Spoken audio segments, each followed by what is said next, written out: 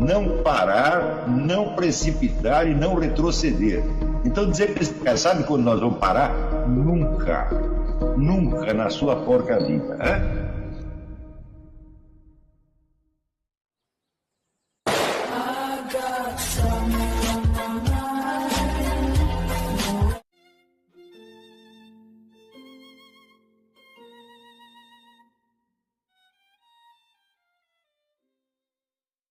E aí pessoal, o nosso canal sempre tentou ajudar vocês na busca pela verdade, através dos vídeos e dos ensinamentos do professor Olavo de Carvalho.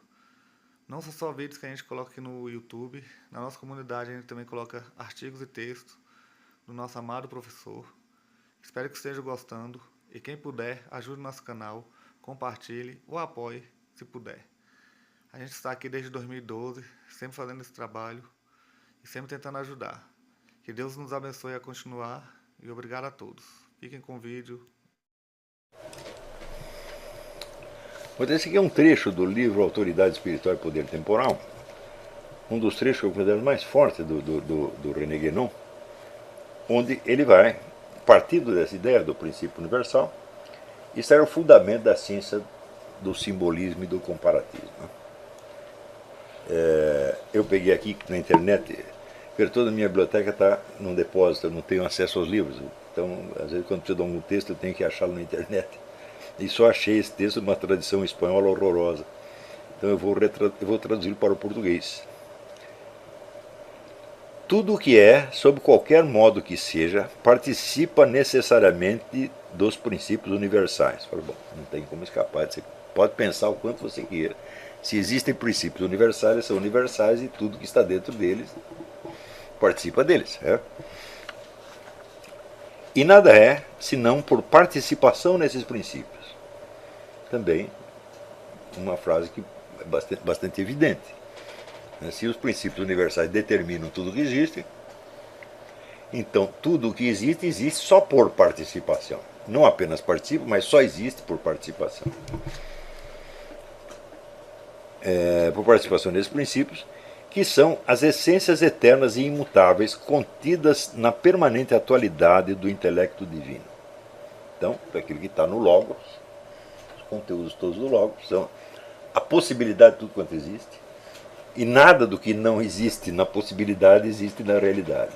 A possibilidade antecede a realidade, e ela, de fato, ela é a própria realidade, apenas que não se manifesta tudo ao mesmo tempo. Não é isso? Então, é o famoso negócio do Big Bang. Né? Então, o universo apareceu na hora que determinadas forças físicas entraram em contato umas com as outras e produziram um resultado. Falei, e onde estavam essas forças físicas antes? Elas eram o quê? Eram proporções matemáticas. Portanto, essas proporções matemáticas, que, se combinadas, produzirem um efeito X, já tinham que existir antes, evidentemente, e também a fórmula da sua combinação também, porque se não existisse na possibilidade, não existiria na realidade. Né?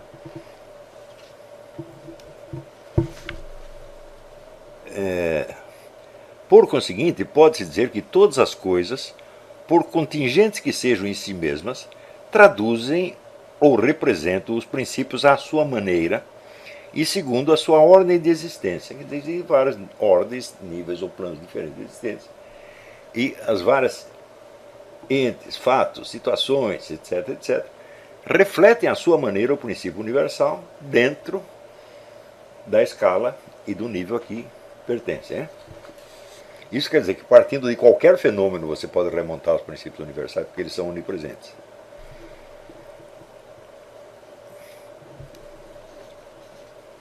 Pois, de outro modo, não seriam mais do que um puro nada. Quer dizer que, se eles só existem por participação dos princípios universais, então, se não tivesse a participação, eles não seriam nada. Assim, de uma ordem à outra, todas as coisas se encadeiam e se correspondem para concorrer à harmonia universal e total. Essa harmonia, portanto, só existe no plano da totalidade, não é nem da totalidade cósmica, para ele está falando de uma coisa que está infinitamente além do cosmos. Né? O cosmos, presentemente existente, só manifesta uma parte das possibilidades. Mas na mente de Deus, no Logos, você tem todo o sistema articulado de todas as possibilidades. Por exemplo, se você pegar assim, as leis da aritmética elementar, elas contêm toda a aritmética elementar, elas são, vamos dizer, são poucas regras, mas elas são, a sua aplicação é infinita. Não é isso? Na medida que você tem a série dos números, não termina mais. Então, todas as relações matemáticas já estão dadas de antemão nos princípios da aritmética elementar. Você pode fazer a mesma analogia com o universo. Né?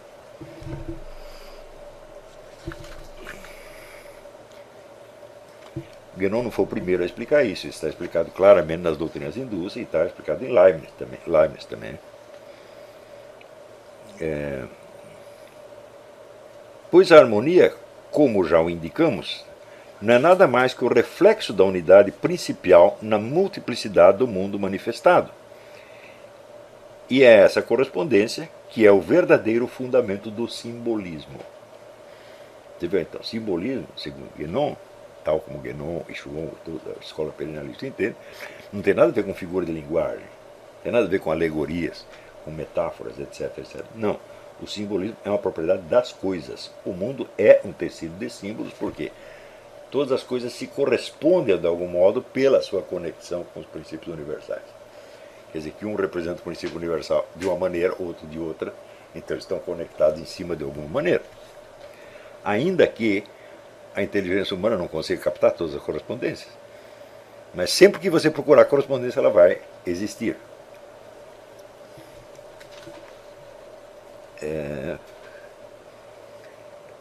Eis porque as leis de um domínio inferior podem tomar-se sempre para simbolizar realidades de uma ordem superior.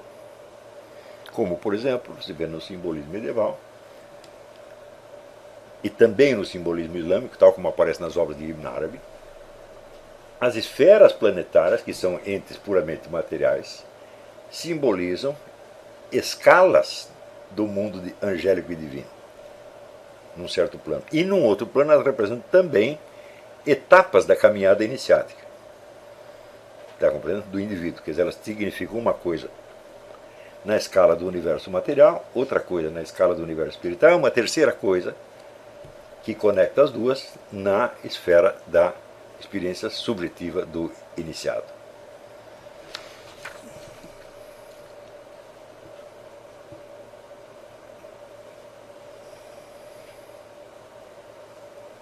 Então eu repeti aqui. Eis porque as leis de um domínio inferior podem tomar-se sempre para simbolizar as realidades de uma ordem superior. Ordem na qual tem a sua razão profunda. Quer dizer, você só vai entender as leis da esfera inferior se você compreender o fundamento delas num nível superior.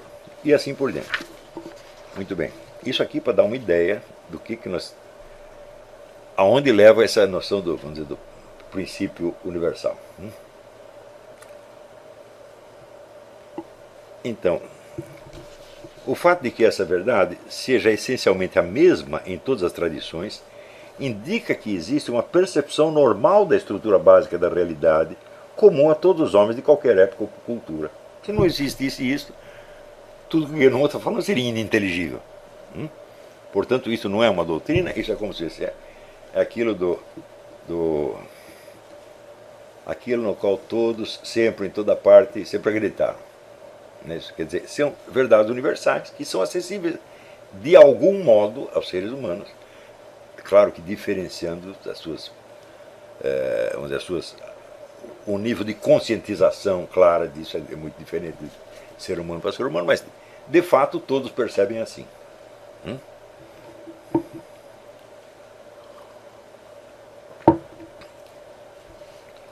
Essa percepção exige uma consciência clara ou ao menos um pressentimento da escalaridade do real. Tanto é assim, você vê que esses mesmos simbolismos, com a mesma função dentro dessa correlação entre planos e realidade, aparece nas doutrinas metafísicas, aparece na arquitetura sacra, aparece no simbolismo natural, animais e plantas e acidentes geográficos, e aparece no folclore, nas lendas populares, contos de fadas, etc, etc, etc. Entendeu? Isso também quer dizer que esses contos de fadas só podem ser compreendidos efetivamente neste nível, não no nível psicanalítico ou outra coisa.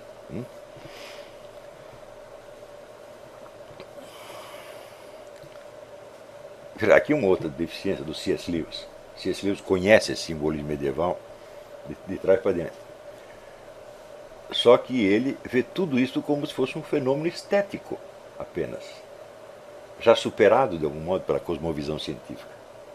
Quando basta você estudar um pouquinho as obras de Cedric Inácio, Wolfgang Schmidt, etc., para ver que, ao contrário, esta ciência que está embutida no simbolismo, ela abrange toda a ciência moderna e vai adiante.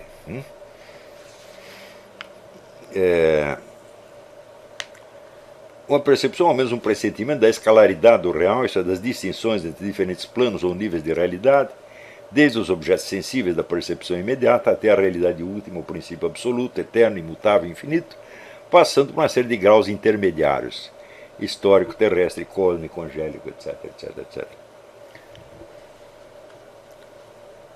A perfeita submissão da subjetividade humana a essa estrutura está subentendida em todas as religiões, em todas as tradições, como uma condício sine qua non da vida religiosa e mais ainda da realização espiritual. Sua negação, mutilação ou alteração é a raiz de todos os erros e desvarios da humanidade. Quer dizer, uma ruptura entre a subjetividade e a estrutura do real. É por isso que Fritjof Schromm propõe uma distinção entre heresia essencial e heresia acidental. A palavra heresia vem de uma raiz grega que tem as acepções de escolher e decidir. Um heresiarca é alguém que, por vontade própria, escolhe da verdade total as partes que lhe interessam e ignora as outras. Quer dizer, mutila a realidade, né?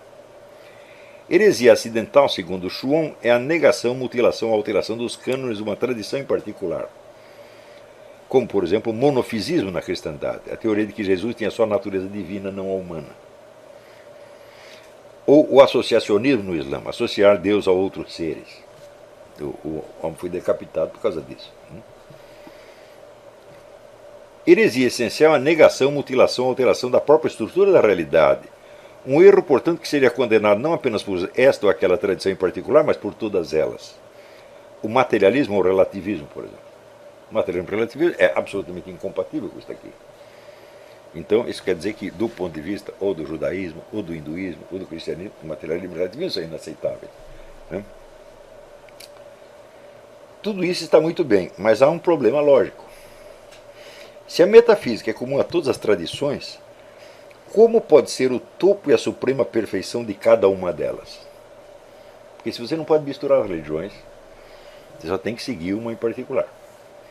Mas dentro dela, você vai encontrar a dimensão esotérica, e subindo pela escalada esotérica, você chega até a realidade primeira ou última. Né? Por definição, a perfeição de uma espécie não pode estar no seu gênero. Aqui existe um gênero que abarca todas as religiões, que é a religião primordial, a revelação primordial. E daí elas saem como galhos, como ramos. Né? Então, a revelação primordial está para as várias religiões, como o gênero está para a espécie. Mas, por definição, a perfeição de uma espécie não pode estar no seu gênero, tem de estar na sua diferença específica. A perfeição do leão e da pulga não pode residir no simples fato de que ambos são animais. É admissível que na escalada iniciática do indivíduo, a chegada à realidade suprema, que o eleva acima do seu estado individual e o absorve no próprio ser da divindade, é a culminação dos seus esforços. Ela corresponderia também, segundo o perennialismo, ao momento em que as diferenças entre as tradições espirituais são definitivamente transcendidas, sem deixar de continuar valendo para a existência empírica do iniciado no plano terrestre. É Muhyiddin árabe, sendo então cristão, zoroastriano, judeu por dentro, sem deixar de ser ortodoxamente muçulmano por fora. Mas por isso mesmo, a metafísica só pode ser a culminação das tradições enquanto tais, se aceitarmos uma indistinção entre a ordem do ser e a ordem do conhecer, que, segundo ensinava Aristóteles, são inversas. E a primeira coisa na ordem causal é a última que o intelecto humano apreende, a partir, vamos dizer, dos fenômenos observáveis. Né? O topo da escalada iniciática não pode ser ao mesmo tempo a culminação das religiões, porque, sendo comum a todas elas, é apenas o gênero a que pertencem e não a suprema perfeição específica de cada uma. Mais razoável seria supor que a tradição primordial é a base comum não só a todas as tradições espirituais, mas a todas as culturas e, no fim das contas, ao núcleo da inteligência sã presente em todos os seres humanos. Partindo dessa base, ou origem, as várias tradições se desenvolvem em direções diferentes, cada uma buscando refletir mais perfeitamente o princípio absoluto e dar aos homens os meios de retornar a ele. Nesse sentido, a culminação de cada religião não é o princípio em si, mas o sucesso que ela obtém na operação do retorno. Hã? Religação. Religação. Mas o termo religação é enganoso. Porque não é. E não há por que supor, isso aqui também é outro ponto fundamental, e não há por que supor que das várias espécies, todas as espécies expressem igualmente bem a perfeição do gênero.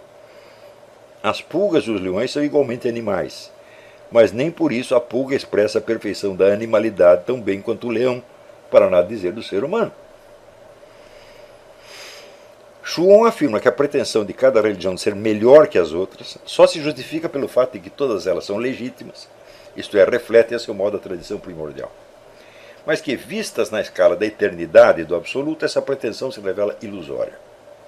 No entanto, se a perfeição de uma espécie não pode residir apenas no seu gênero e sim na sua diferença específica, não há nenhum motivo para dar por provado que todas as espécies representem por igual a perfeição do gênero. Todas as religiões remetem a uma tradição primordial, ok, mas todas a representam igualmente bem? A pergunta é inteiramente legítima. E em parte alguma a escola perennialista lhe ofereceu ou tentou oferecer uma resposta aceitável. Na verdade, nem colocou a pergunta. Será que até nessas altas esferas encontraremos o fenômeno da proibição de perguntar, que era que Wegener discerniu nas ideologias de massa? Então aqui termina a primeira parte do negócio. Você vê que tem um treco faltando aí, né? Esse problema de, olha, peraí, se existe uma perfeição, então a perfeição está naquilo que a religião faz. Quer dizer, ela leva o sujeito de volta até o primeiro princípio. Mas todas fazem isso igualmente, perfeitamente bem? Igualmente bem? Por quê? Onde está demonstrado isso aí? Não, simplesmente não está demonstrado e a pergunta não é feita.